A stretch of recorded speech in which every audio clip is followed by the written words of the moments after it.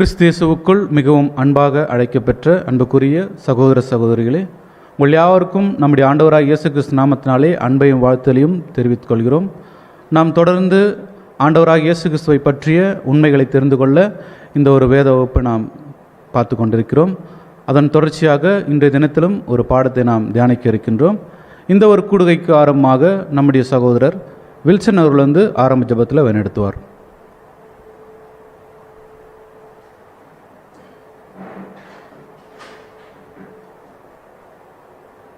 ஜெபம் செய்வோம்.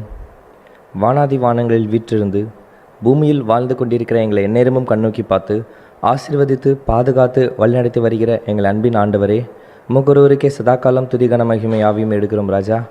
கர்த்தாவே, ஒரு விசை நாங்கள் உமக்கு விரோதமாக செய்த எல்லா பாவங்களையும் மீறுதல்களையும் தயவாக இரக்கமாக மன்னித்து, கர்த்தாவே, இப்பொழுதும் உங்களுடைய வார்த்தையை கேட்க நீர் எங்களுக்கு தந்த இந்த வாய்ப்புக்காக நன்றி அப்பா. கர்த்தாவே, உங்களுடைய வார்த்தையை புரிந்து கொள்ள அதற்கேற்ற ஞானத்தை தந்து வழிநடத்துங்க.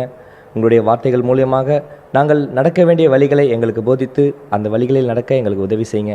இந்த கூட்டத்தின் தொடக்கம் முதல் முடிவு வரை உங்கள் திவ்ய பிரசன்னத்தினாலே நிறைத்து உங்கள் வழிநடத்துங்க. இவையாவையும் அன்பின் ஆண்டவரும் உலக இரட்சகருமான கர்த்தராகிய இயேசு கிறிஸ்து மூலமாக இந்த விண்ணப்பத்தை உங்களிடத்தில் எடுக்கிறோம் எங்கள் பரலோக பிதாவே, ஆமீன்.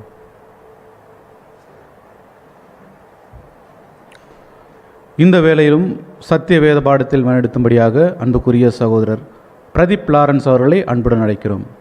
கிறிஸ்தேசுவுக்குள் அன்பாய் அழைக்கப்பட்ட அன்புக்குரிய சகோதர சகோதரிகளே, நம்முடைய ஆண்டவராகிய இயேசு கிறிஸ்துவின் நாமத்தினாலே அன்பையும் வாழ்த்தலையும் தெரிவித்துக் கொள்கிறோம். அப்போ கடைசியாக பார்த்திருந்த பாகத்துக்குள்ளாக எந்த தலைப்பை பேஸ் பண்ணி பார்த்திருந்தோம்னு சொல்லி பார்த்தீங்கன்னா, ஓய்ந்திருக்கும் ஓய்வு நாள் அப்படின்னு தலைப்பின் கீழாக சில உண்மைகளை பார்க்குறதுக்காக நம்ம உள்ளே வந்திருக்கோம். கடைசி பாகத்தில் பார்த்தீங்கன்னா ஓய்வு நாள்னா எந்த நாள் அப்படின்னு சொல்லி பார்த்தோம் இல்லையா? 7ஆம் நாள் தான் ஓய்வு நாள். ஓய்வு நாள் நம்முடைய வேதாமத்தில் நியாயப்பிரமாணத்தில் சொல்லப்பட்ட விசேஷமான ஒரு கற்பனை அப்படின்ற ஒரு காரியங்களை குறித்து நம்ம தெரிஞ்சுக்கிட்டோம். அப்போ அந்த ஓய்வு நாளுக்கும் நமக்கும் என்ன சம்மந்தம் இருக்குன்ற ஒரு காரியத்துக்குள்ளாக தான் இப்போ நம்ம கடந்து போக போகிறோம்னு சொல்லி பார்த்தோம். அதே நேரத்தில் பார்த்தீங்கன்னா இந்த ஓய்வு நாளுடைய விசேஷமான காரியங்களை நம்முடைய பிதாகிய தேவன் நம்முடைய ஆண்டவர் இயேசு கிறிஸ்து மூலமாக அங்கே சொல்லி காமிச்சிருந்தார். ஓய்வு நாளில் எந்த வேலையும் செய்யக்கூடாது, ஓய்வு நாளில் சொந்த வேலைகள் செய்யக்கூடாது, யார் யாரெல்லாம் அந்த வேலை செய்யக்கூடாது அப்படின்னு சொல்லி நிறைய கட்டளைகளை அங்கே கொடுத்துருந்தார். ஒரு வேலை செய்துட்டாங்கன்னா அவங்களுக்கு வரக்கூடிய தண்டனைகள் என்ன கொடுக்கணுன்ற ஒரு காரியத்தையும் பார்த்தீங்கன்னா அங்கே சொல்லி காமிச்சார்னு சொல்லி பார்க்குறோம் இல்லையா? இப்படி இந்த ஓய்வு நாளை ரொம்ப ஸ்ட்ரிக்டாக கொண்டு போயிருக்கும்போது புதிய ஏற்பாட்டு காலப்பகுதியில் நம்முடைய இயேசு கிறிஸ்து ஓய்வு நாளில் அநேக காரியங்களை அங்கே செய்து காமிச்சார். அதெல்லாம் பார்த்தீங்கன்னா பரிசேருக்கும் சரிசேருக்கும் பார்த்தீங்கன்னா அதிகமாக ஒரு கோபம் அங்கே வந்துச்சுன்ற ஒரு காரியங்கள் நம்ம பார்த்துக்கிறோம்னு சொல்லி பார்க்குறோம் இல்லையா? ஏன்னு சொல்லி பார்த்தீங்கன்னா அந்த ஓய்வு நாளில் ரொம்ப ஸ்ட்ரிக்டாக கடைபிடிக்கணும், நம்ம எல்லாரும் அப்படி தான் வாழணும்னு சொல்லி நியாயப்பிரமாணத்தை படிச்சிருக்கிறதுனால நீங்கள் மட்டும் ஓய்வு நாள் வேலைகள் செய்யலாமா அப்படின்னு சொல்லக்கூட சில கேள்விகளை அங்கே எழுப்ப ஆரம்பித்தாங்கன்னு சொல்லி பார்க்குறோம் இல்லையா? உதாரணத்துக்கு பார்த்தீங்கன்னா பாருங்கள், மத்தேயுல 12ஆம் அதிகாரம் 1ஆம் வசனம் படிங்க. மத்தேயு 12ஆம் அதிகாரம் 1ஆம் வசனம் முதல். அக்காலத்திலே இயேசு ஓய்வு நாளில் பயிர் வழிய போனார். அவருடைய சீஷர்கள் பசியாயிருந்து கதிர்களை கொய்து தின்ன தொடங்கினார்கள். பார்த்தீங்களா? ஓய்வு நாளில் இந்த மாதிரி ஒரு வேலையை அவங்க செய்கிறாங்கன்னு சொல்லி பார்க்குறோம். அதே மாதிரி பாருங்க, லூக்கா 6ஆம் அதிகாரம் 6ஆம் வசனம். லூக்கா 6ஆம் அதிகாரம் 6ஆம் வசனம். வேறொரு ஓய்வு நாளிலே அவர் ஜெபாலயத்தில் பிரவேசித்து உபதேசித்தார்.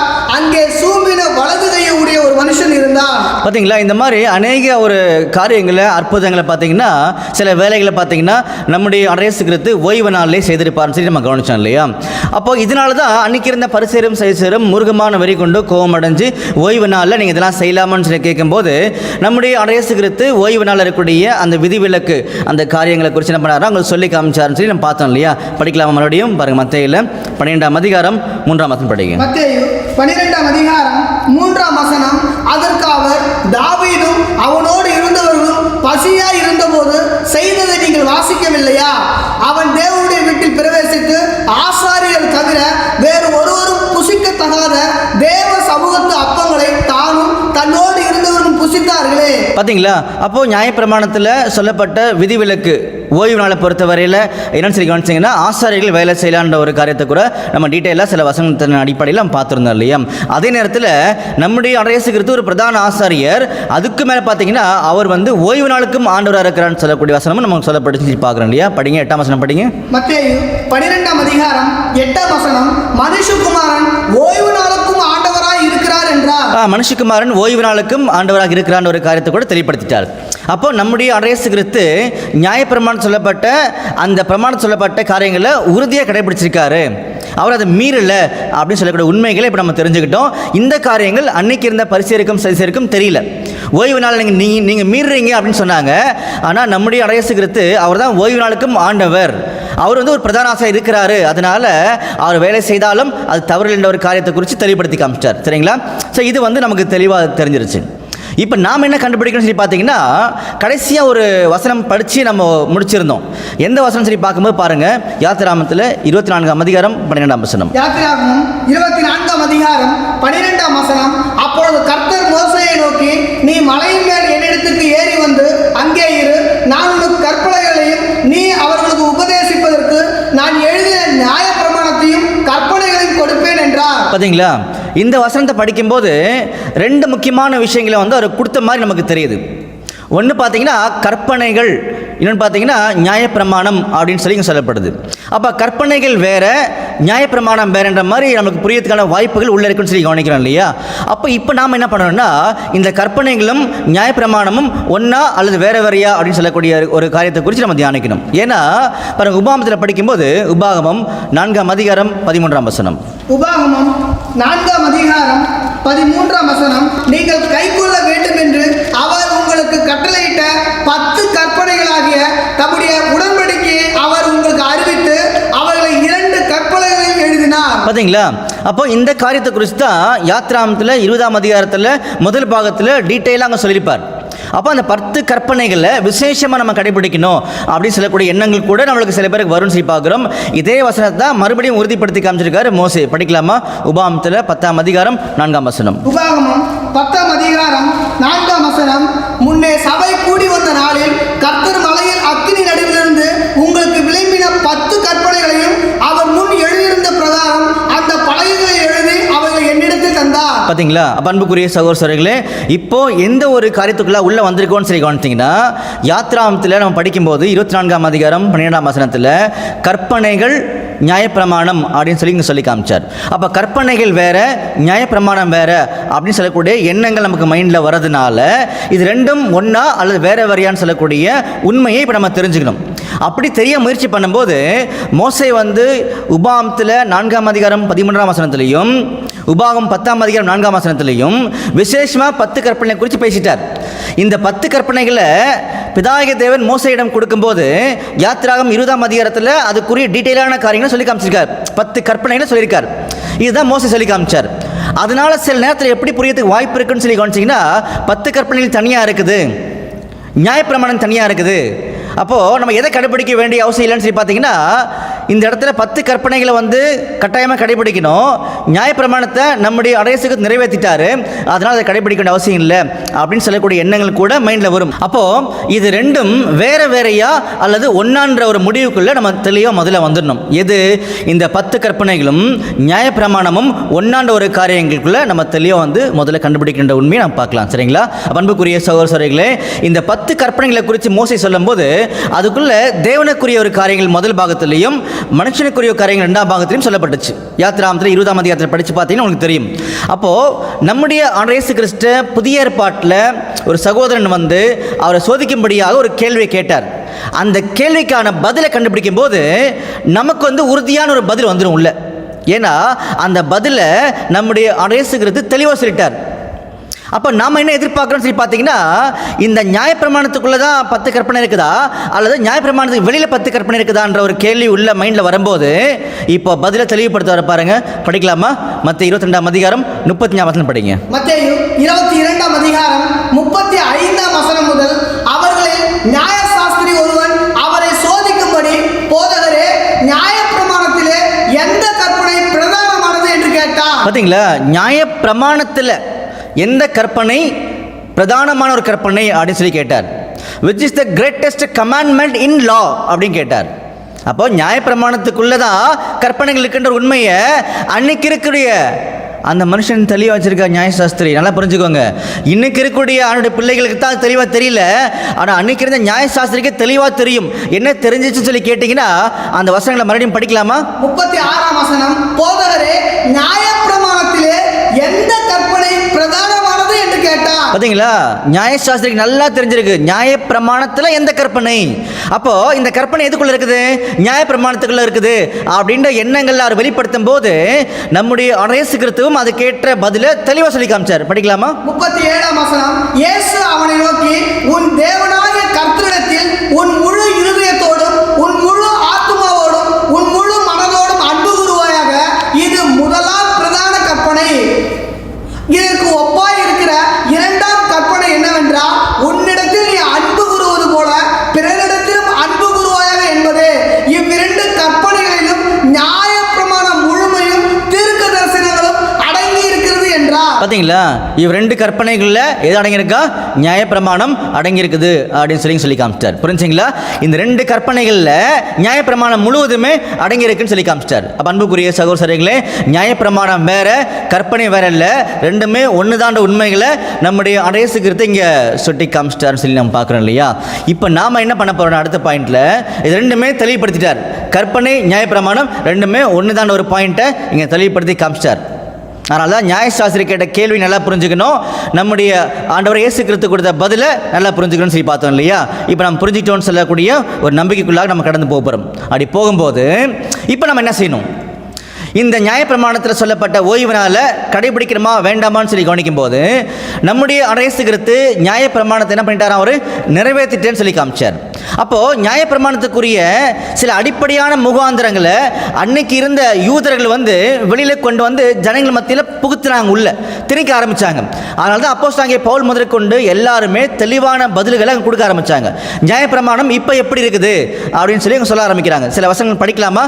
பாருங்கள், எபிரேயரில் 7ஆம் அதிகாரம் 18-19 படிங்க. எபிரேயர் 7ஆம் அதிகாரம் 18ஆம் வசனம் முதல். முந்தின கட்டளை பலவீனம் உள்ளதும் பயன் அற்றதுமாய் இருந்தது மாற்றப்பட்டது. நியாய பிரமாணமானது ஒன்றையும் பூரணப்படுத்தவில்லை, அதிக நன்மையான நம்பிக்கையை வருவிப்பதோ பூரணப்படுத்துகிறது. அந்த நம்பிக்கையினாலே தேவனிடத்தில் சேர்கிறோம். பார்த்தீங்களா? அப்போது நியாயப்பிரமாணத்தை குறித்து அங்கே அப்போஸ்தலனாகிய பவுல் பேசும்போது முந்தின கட்டளை பலகீனம் உள்ளது, அதன் நிமித்தம் அது மாற்றப்பட்டது அப்படின்னு சொல்லி காமிக்கிறார். நல்லா புரிஞ்சுக்கோங்க, நியாயப்பிரமாணத்துக்குள்ளதான் ஓய்வு நாளுக்குரிய விசேஷமான கட்டளைகள் கொடுக்கப்பட்டுச்சு. ஆனால் நம்முடைய ஆண்டவர் இயேசு கிறிஸ்து முதற்கொண்டு அவரை யார் யாரெல்லாம் உண்மையாக பின்பற்றுறாங்களோ அவங்க எல்லாருமே நியாயப்பிரமாணத்துக்கு ஒரு சீல் வச்சு போயிருக்கிறாங்க. அப்போ இந்த இடத்துல நியாயப்பிரமாணம் பலகீனமாக இருந்துச்சு, அதன் நிமித்தம் அது மாற்றப்பட்டது அப்படின்னு சொல்லி சொன்னார் இல்லையா? இப்படி சொல்லிட்டு அப்போஸ்தலனாகிய பவுல் கால பகுதியில் அப்போஸ்தலனாகிய பேதுரு அங்கே இருக்கார், நல்லா தெரியும் இல்லையா? அந்த டைமில் கூட பார்த்தீங்கன்னா அப்போஸ்தலனாகிய பேதுருக்கும் பவுலுக்கும் சில முரண்பாடான ஒரு செயல்பாடுகள், ஒரு கருத்துக்கள் உள்ள வரும்போது கூட பார்த்தீங்கன்னா அப்போஸ்தலனாகிய பவுல் தெளிவுபடுத்துகிறார் சில காரியங்களை. படிக்கலாமா? கலாத்தியர் 2ஆம் அதிகாரம் 14 படிங்க. கலாத்தியர் 2ஆம் அதிகாரம் 14ஆம் வசனம் முதல். இப்படி அவர்கள் சுவிசேஷத்தின் சத்தியத்துக்கு ஏற்றபடி சரியாய் நடவாததை நான் கண்டபோது எல்லாருக்கும் முன்பாக நான் பேதுருவை நோக்கி சொன்னது என்னவென்றால், யூதனாய் இருக்கிற நீ யூதர் முறைமையாக நடவாமல் புறஜாதியார் முறைமையாக நடந்து கொண்டிருக்க, புறஜாதியாரை யூதர் முறைமையாக நடக்கும்படி நீர் எப்படி கட்டாயம் பண்ணலாம்?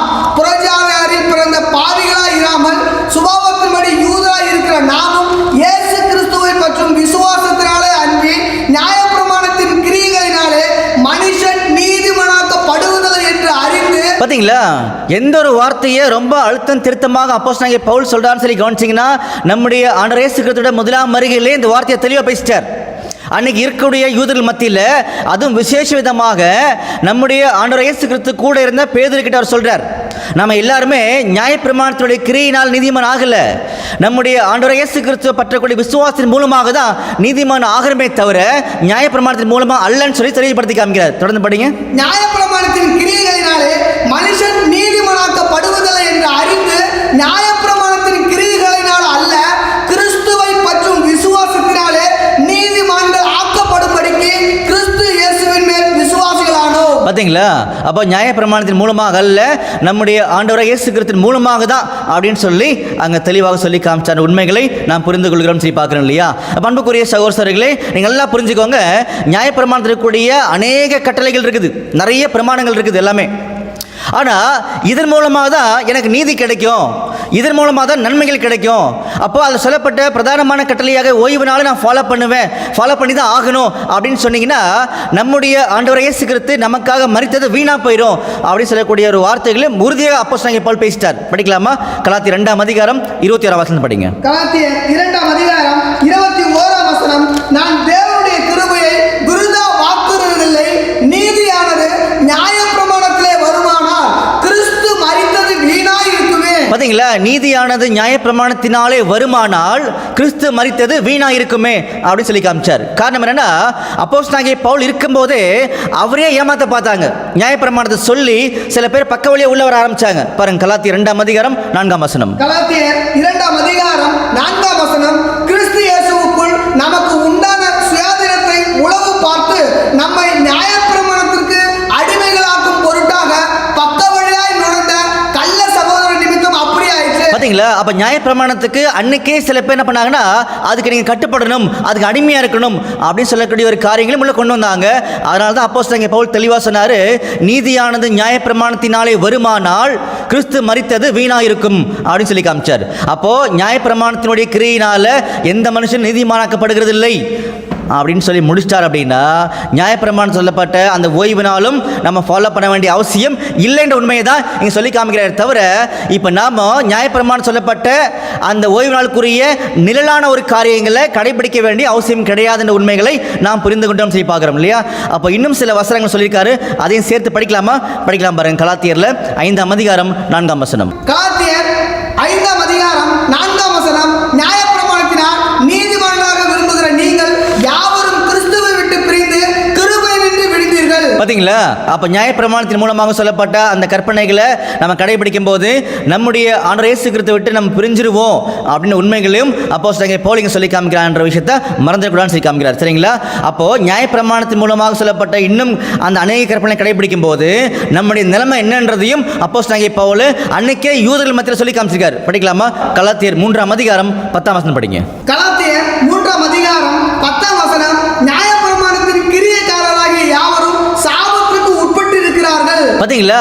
அப்போ நியாயப்பிரமாணத்தின் கிரியைக்காரர் யாவரும் சாபத்துக்கு உட்பட்டிருக்கிறார்கள் அப்படின்னு சொல்லி இங்கே தெளிவாக சொல்லிட்டார்.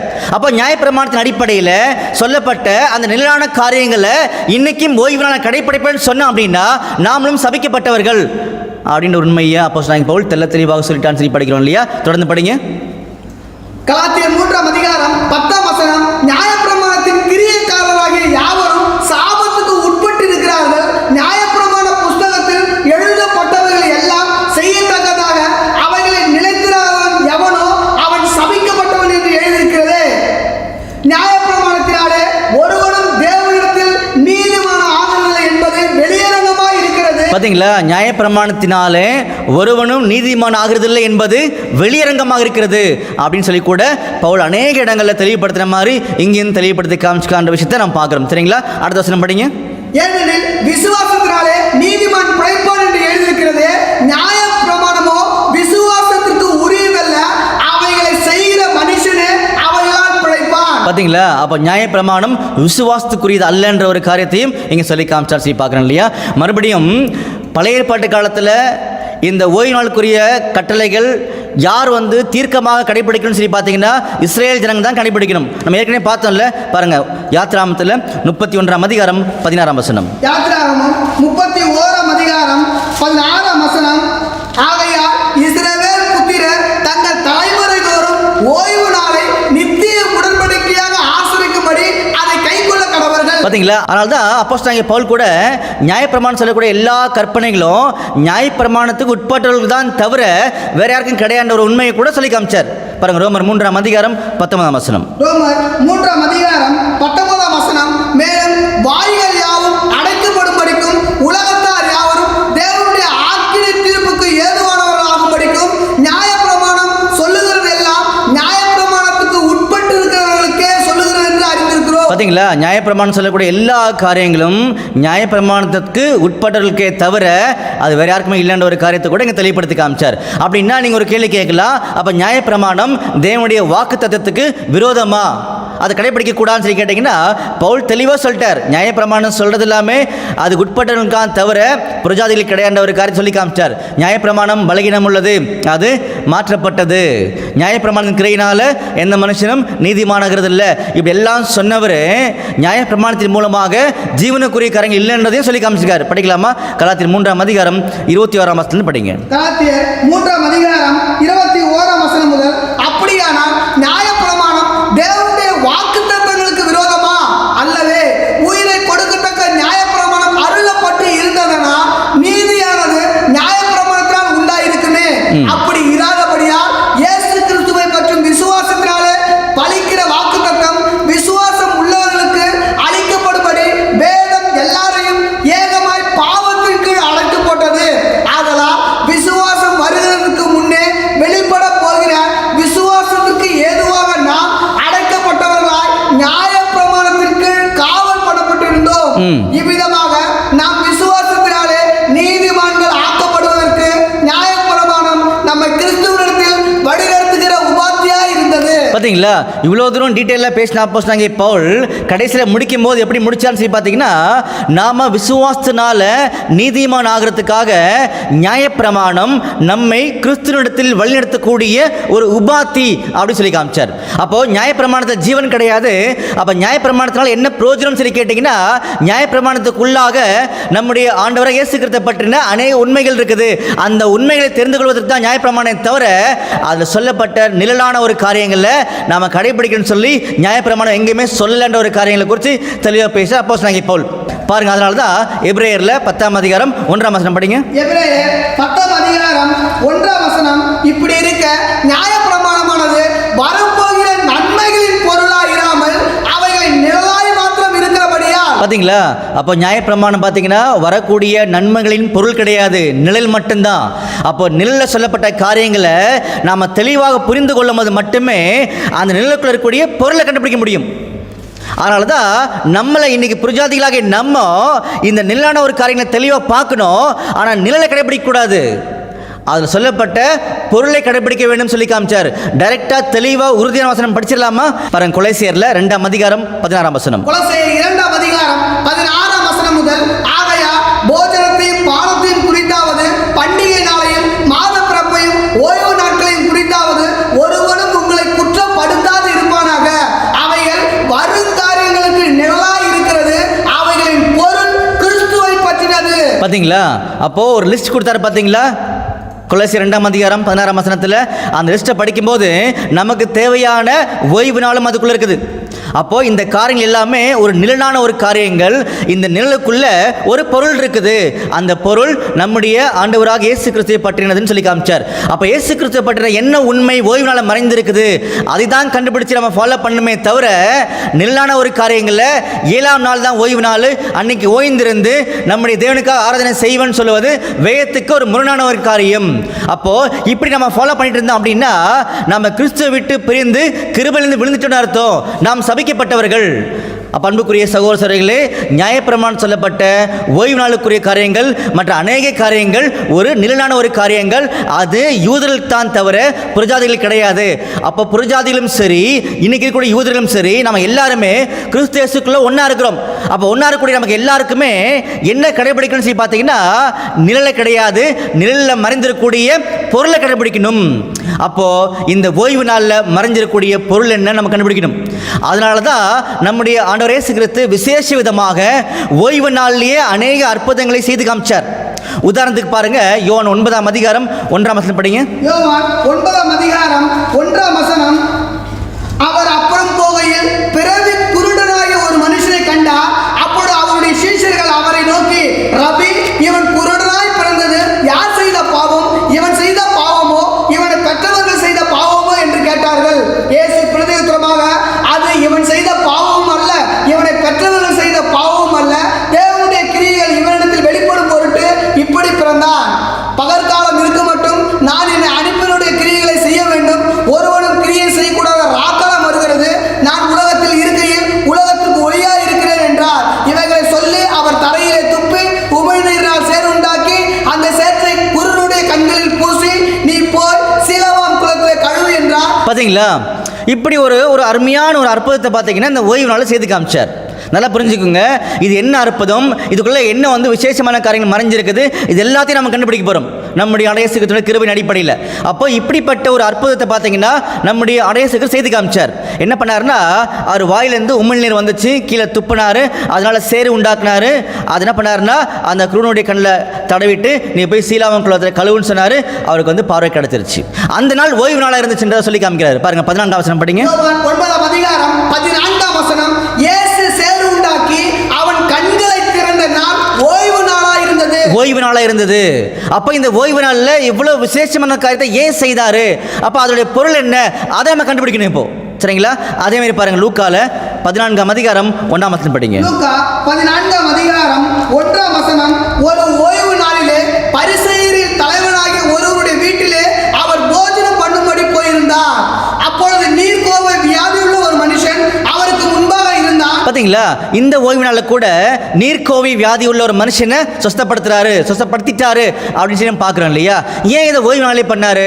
அப்போ ஓய்வு நாளுக்கும் நம்முடைய ஆண்டவரை இயேசுக்கிறதுக்கும் சம்பந்தம் இருக்கும்போது நமக்கும் நம்முடைய ஆண்டவரை இயேசுக்கிறதுக்கு சம்பந்தம் இருக்கு அப்படின்னா நமக்கும் ஓய்வு நாளுக்கும் சம்பந்தம் இருக்குது. புரிஞ்சுங்களா? ஓய்வு நாளுக்கும் நம்முடைய ஆண்டவரை இயேசுக்கிறதுக்கு சம்பந்தம் இருக்கும்போது நமக்கும் நம்முடைய ஆண்டவரை இயேசுக்கிறதுக்கு சம்பந்தம் இருக்குன்னு சொன்னீங்கன்னா நமக்கும் ஓய்வு நாளில் சம்பந்தம் இருக்குது. ஆனால் என்ன சம்பந்தம் இருக்குது அதுதான் கண்டுபிடிக்கணுமே தவிர நில்லான ஒரு காரியங்களை கடைபிடிக்க வேண்டிய அவசியம் இல்லை என்ற ஒரு காரியத்தை இப்போ நம்ம புரிஞ்சுக்கணும் சொல்லி பார்க்குறோம். சரிங்களா? இன்னொரு வசனம் படிக்கலாமா? பாருங்க யோவான் 5ஆம் அதிகாரம் 12ஆம் வசனம். யோவான் 5ஆம் அதிகாரம் 12ஆம் வசனம், அதற்கு அவர்கள் உன் படுக்கையை எடுத்துக்கொண்டு நடவென்று உன்னுடனே சொன்ன மனுஷன் யார் என்று அவர்களுக்கு கேட்டார்கள். சொஸ்தமாக்கப்பட்டவன் அவர் இன்னார் என்று அறியவில்லை. அவ்விடத்தில் ஜனங்கள் கூட்டமாக இருந்தபடினால் இயேசு விலகி இருந்தார். அதற்கு பின்பு இயேசு அவனை தேவாலயத்தில் கண்டு, இதோ நீ சொஸ்தமானாய், அதிக கேடானது ஒன்றும் உனக்கு வராதபடி இனி பாவம் செய்யாத என்றார். அந்த மனுஷன் போய் தன்னை சொஸ்தமாக்கினவர் இயேசு என்று யூதர்களுக்கு அறிவித்தார். பாத்தீங்களா? அந்த நாள் எந்த நாளா இருந்துச்சு? 9ஆம் வசனம் படிங்க. 9ஆம் வசனம், உடனே அந்த மனுஷன் சுஸ்தமாகி தன் படுக்கையை நடந்து போனான். அந்த நாள் ஓய்வு நாளாக இருந்தது. பாத்தீங்களா? அந்த நாள் ஓய்வு நாளாக இருந்தது அப்படின்னு சொல்லி காமிக்கிறார் இல்லையா?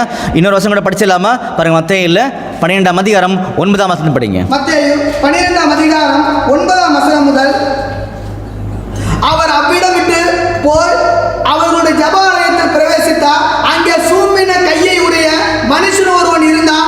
அப்பொழுது அவர் மேல் குற்றம் சாட்டும்படிக்கு ஓய்வு நாளில் சொஸ்தமாக்குகிறது நியாயமா என்று கேட்டார். பாத்தீங்களா? ஒரு சூம்பின கையுடைய மனுஷன் இருக்காரு, அவரையும் ஓய்வு நாளில் சொஸ்தமாக்குறான்னு சொல்லி பார்க்குறோம் இல்லையா? அன்புக்குரிய சகோதர சகோதரிகளே, ஒரு 4 முக்கியமான ஒரு சம்பவங்களை இப்போ நம்ம பார்த்துருக்கோம் இல்லையா? எங்கெங்க பார்த்தோம்னு சொல்லி பார்த்தீங்கன்னா யோவானில் 9ஆம் அதிகாரத்தில் ஒரு சம்பவத்தை பார்த்தோம். அதே மாதிரி பார்த்தீங்கன்னா லூக்கால 14ஆம் அதிகாரத்தில் ஒரு சம்பவத்தை பார்த்தோம். யோவானில் 5ஆம் அதிகாரத்தில் 9லேருந்து 12 வரைக்கும் ஒரு சம்பவத்தை பார்த்தோம். அதே மாதிரி பார்த்தீங்கன்னா கடைசியாக பார்த்தீங்கன்னா மத்தேயுல 12ஆம் அதிகாரத்தில் 9ஆம் வசனத்தில் ஒரு சம்பவத்தை பார்த்துருக்கோம். இந்த எல்லா சம்பவமும் எந்த நாள் நடந்துச்சு? ஓய்வு நாளில் நடந்த சம்பவம். அப்போ ஓய்வு நாளுக்கும் நம்முடைய ஆண்டவர் இயேசுக்கிறதுக்கும் சம்பந்தம் இருக்கு அப்படின்னா நமக்கும் ஓய்வு நாளுக்கும் எந்த வகையில் சம்பந்தம் இருக்குன்னு தான் கண்டுபிடிக்கணுமே தவிர நிழலான ஒரு காரியம் என்ன பண்ணக்கூடாதுன்னா கடைபிடிக்க கூடாத ஒரு காரியத்தை தெளிவுபடுத்தி காமிச்சாரு. ஏன்னா இந்த நிழலான காரியங்கள் நியாயப்பிரமாணம் சொல்லப்பட்ட காரியங்கள், நியாயப்பிரமாணத்தை நம்முடைய ஆண்டவர் இயேசு கிறிஸ்து நிறைவேற்றிட்டாரு, அதை முடிச்சிட்டாரு அப்படின்னு சொல்லி தீர்க்கமாக வேத வசனங்கள் நமக்கு தெளிவுபடுத்தி காண்பிக்கிற உண்மையும் இப்போ நம்ம படிக்க போறோம். படிக்கலாமா? பாருங்க எபேசியர்ல 2ஆம் அதிகாரம் 15ஆம் வசனம் படிங்க. எபேசியர் 2ஆம் அதிகாரம் 15ஆம் வசனம் முதல், சட்டதிட்டங்களாகிய நியாயப்பிரமாணத்தை தம்முடைய மாம்சத்தினாலே ஒழித்து. பாத்தீங்களா? சட்டதிட்டங்களாகிய நியாயப்பிரமாணத்தை தம்முடைய மாம்சத்தினாலே ஒழிச்சாரா? அடுத்தது கொலோசியர் 2ஆம் அதிகாரம் 14ஆம் வசனம். கொலோசியர் 2ஆம் அதிகாரம் 14ஆம் வசனம், நமக்கு எதிரடையாகவும் கட்டளைகளால் நமக்கு விரோதமாகவும் இருந்த கையெழுத்தை குலைச்சிட்டாரா? முடிச்சிட்டார். சரிங்களா? அடுத்தது மத்தேயுல 5ஆம் அதிகாரம் 17-18. மத்தேயு 5ஆம் அதிகாரம் 17ஆம் வசனம் முதல், நியாயப்பிரமாணத்தை ஆனாலும் தீர்க்க தரிசனங்களை ஆனாலும் அழிக்கிறதற்கு வந்தேன் என்று எண்ணிக்கொள்ளாதீர்கள், அழிக்கிறதற்கு அல்ல நிறைவேற்றுகிறதற்கே வந்தேன். வானமும் பூமியும் ஒழிந்து போனாலும் நியாயப்பிரமாணத்தில் உள்ளது எல்லாம் நிறைவேறும் அளவும் அதில் ஒரு எழுத்தாகிலும் ஒரு எழுத்தின் உறுப்பாகிலும் ஒழிந்து போகாது என்று மெய்யாகவே உங்களுக்கு சொல்கிறேன். பாத்தீங்களா? பார்த்தீங்களா? அப்போ நியாயப்பிரமாணம் சொல்லப்பட்ட அனைத்து காரியங்களுமே பரிபூர்ணமாக நம்முடைய ஆண்டவர் இயேசு கிறிஸ்து நிறைவேற்றிட்டாருன்னு சொல்லி அவர் சொல்லி முடிச்சிட்டார். இதுதான் அப்போஸ்தலனாகிய பவுல் பார்த்தீங்கன்னா கடைசி ஒரு வசனம் படிக்கலாம் பாருங்க. ரோமரில் 10ஆம் அதிகாரம் 4ஆம் வசனம். ரோமர் 10ஆம் அதிகாரம் 4ஆம் வசனம், விசுவாசிக்கிற எவனுக்கும் நீதி உண்டாகும்படியாக கிறிஸ்து நியாயப்பிரமாணத்தின் முடிவாய் இருக்கிறார். கிறிஸ்து நியாயப்பிரமாணத்தின் முடிவாக இருக்கிறார் அப்படின்னு சொல்லி நமக்கு சொல்லி காமிச்சார் இல்லையா? அப்ப அன்புக்குரிய சகோதரர்களே, ஓய்ந்திருக்கும் ஓய்வு நாள் அப்படின்ற தலைப்பின்குள்ளாக நம்ம உள்ள வந்தோம். உள்ள வரும்போது ஓய்வு நாள் எந்த நாள் அப்படின்னு சொல்லி பார்த்தோம். ஓய்வு நாளுடைய விசேஷமான கட்டளைகள் என்ன சொல்லக்கூடிய ஒரு காரியத்தை குறித்து நம்ம பார்த்தோம். அதே நேரத்தில் இந்த ஓய்வு நாள் நியாயப்பிரமாணத்தில் சொல்லப்பட்ட ஒரு காரியமாக இருக்குது. அப்போ நியாயப்பிரமாணத்துக்குள்ளே தான் இந்த கற்பனைகளும் இருக்குது, கற்பனைக்குள்ளே தான் நியாயப்பிரமாணம் அடங்கியிருக்கு. இப்படிப்பட்ட காரியங்களை குறித்து நம்ம தெளிவாக நம்ம படித்தோம். அப்புறம் பார்த்தீங்கன்னா கடைசியாக நம்முடைய இயேசு கிறிஸ்து நியாயப்பிரமாணத்தை நிறைவேற்றிட்டாரு அப்படின்னு சொல்லி அவர் சொன்னார். அவர் பின்பற்றின ஆதிகால அப்போஸ்தலர்களும் தெளிவாக சொல்லி காமிச்சாங்க. அப்படின்னா நாம் ஏன் இதை பார்க்கணும்னு சொல்லி பார்த்தீங்கன்னா, நம்முடைய ஆண்டவர் இயேசு கிறிஸ்துக்கும் இந்த ஓய்வு நாளுக்கும் அநேக வகையில் சம்பந்தம் இருந்துச்சுன்னு ஒரு காரியத்தை குறித்து நம்ம படித்து பார்த்தோம் இல்லையா? அப்போது நமக்கு எந்த வகையில் இந்த ஓய்வு நாள் சம்மந்தப்பட்டிருக்கு அப்படின்னு உண்மைகளை நாம் புரிஞ்சு நடக்கணுமே தவிர அந்த ஓய்வு நாளுக்குரிய ஒரு நிழலான ஒரு காரியங்களை அல்லன்னு சொல்லி காமிச்சார். அப்போது இப்போ நம்ம என்ன கண்டுபிடிக்க போகிறோம்னு சொல்லி பார்த்தீங்கன்னா, ஓய்வு நாள் நம்முடைய ஆண்டவர் இயேசுக்கு சம்பந்தப்பட்ட ஒரு நாள். அதில் அவரை பற்றின ஒரு பொருள் இருக்குது. என்ன பொருள் இருக்குது அப்படின்ற ஒரு காரியங்கள் மிகவும் ஆச்சரியமான ஒரு காரியமாக வேதத்தில் சொல்லப்பட்டிருக்கின்ற ஒரு விஷயத்தை இப்போ நம்ம பார்க்க போகிறோம். அதை பார்க்கணுன்னா இப்போ பார்த்த காரியங்களை என்ன பண்ணுங்கன்னா, கொஞ்சம் நிதானமாக வேத வசனத்தோடு நீங்கள் இணைத்து என்ன பண்ணுங்கன்னா நல்லா படிங்க. படிக்கும்போது அடுத்த ஒரு காணொலியில் கட்டாயமாக இதை குறித்த உண்மைகளை நம்ம கண்டுபிடிக்க போகிறோம்னு சொல்லி பார்க்குறோம் இல்லையா? அது வரைக்கும் ஆண்டவராகிய இயேசு கிறிஸ்துவின் கிருபை உங்கள் அனைவரோடு இருப்பதாக. ஆமீன். சத்திய வேத பாடத்தில் வழிநடத்திய நம்முடைய சகோதரருக்கு கிறிஸ்துவுக்குள்ளான அன்பின் வாழ்த்துக்களை தெரிவித்துக் கொள்கிறோம். தொடர்ந்து நாம் இந்த சத்தியத்தோடு இணைந்திருக்க தேவன் தாமே கிருபை செய்வராக. நாம் ஒரு ப்ரேயர் பண்ணி இந்த ஒரு கூடுகையை நாம் முடிக்கலாம். இந்த ஒரு கூடுகைக்கு முடிவாக நம்முடைய சகோதரர் தேவா அவர்கள் ஜெபத்தில் வழிநடத்துவார்.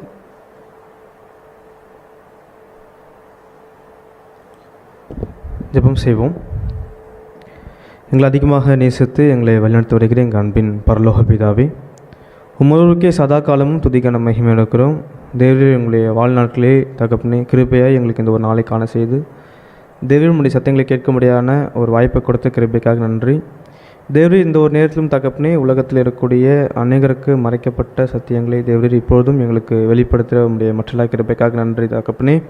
இந்த ஒரு நாளிலும் ரட்சிப்பின் திட்டத்தை குறித்தான காரியங்களை தகப்பனே எங்களுக்கு நீங்கள் தெரியப்படுத்தின கிருபைக்காக நன்றி செலுத்துகிறோம். இன்னும் வரக்கூடிய நாட்களும் தகப்பனே சத்தியங்களை தகப்பனே நாங்கள் இன்னும் ஆர்வமாக கேட்கவும் ஏற்ற ஞானத்தையும் வாஞ்சியும் கொடுத்து தேவன் தாமே எங்கள் செய்கைகளை கிறிஸ்துக்களாக வழிநடத்தப்பட எங்களை பரிசுத்தாவின் கொண்டு எங்கள் வழிநடத்த வேண்டுமாய் கெஞ்சி மாடுகிறோம். தகப்பனே மீதமுள்ள ஒவ்வொரு காரியங்களும் தேவரீர் அறிந்திருக்கிறீர். தகப்பனே வரக்கூடிய நாட்களிலும் தகப்பனே கிறிஸ்துவைப் போல தகப்பனே நாங்கள் அவருடைய அடிச்சொல்கள் பின்பற்றி நடக்க தேவன் தாமே கிருபை செய்யுங்க. தகப்பனே இந்த ஒரு கூட்டத்தின் தொடக்கம் முதல் முடிவரை கூட இந்த கிருபைக்காக நன்றி செலுத்துகிறோம். எல்லாவற்றையும் கருத்துக்களாக ஒப்புக்கொடுக்கிறோம். நீரை பொறுப்படுத்த வளர்த்துக் கொள்ளுங்க. இந்த ஒரு தாழ்மை விண்ணப்பத்தை எங்கள் கர்த்தரும் ரட்சகரும் மீட்பருமாய் இருக்கிற அங்கே இயேசு கிறிஸ்துவின் ஜெபங்கள் எடுக்கிறோம் எங்கள் ஜீவனுள்ள பிதாவே. ஆமென்.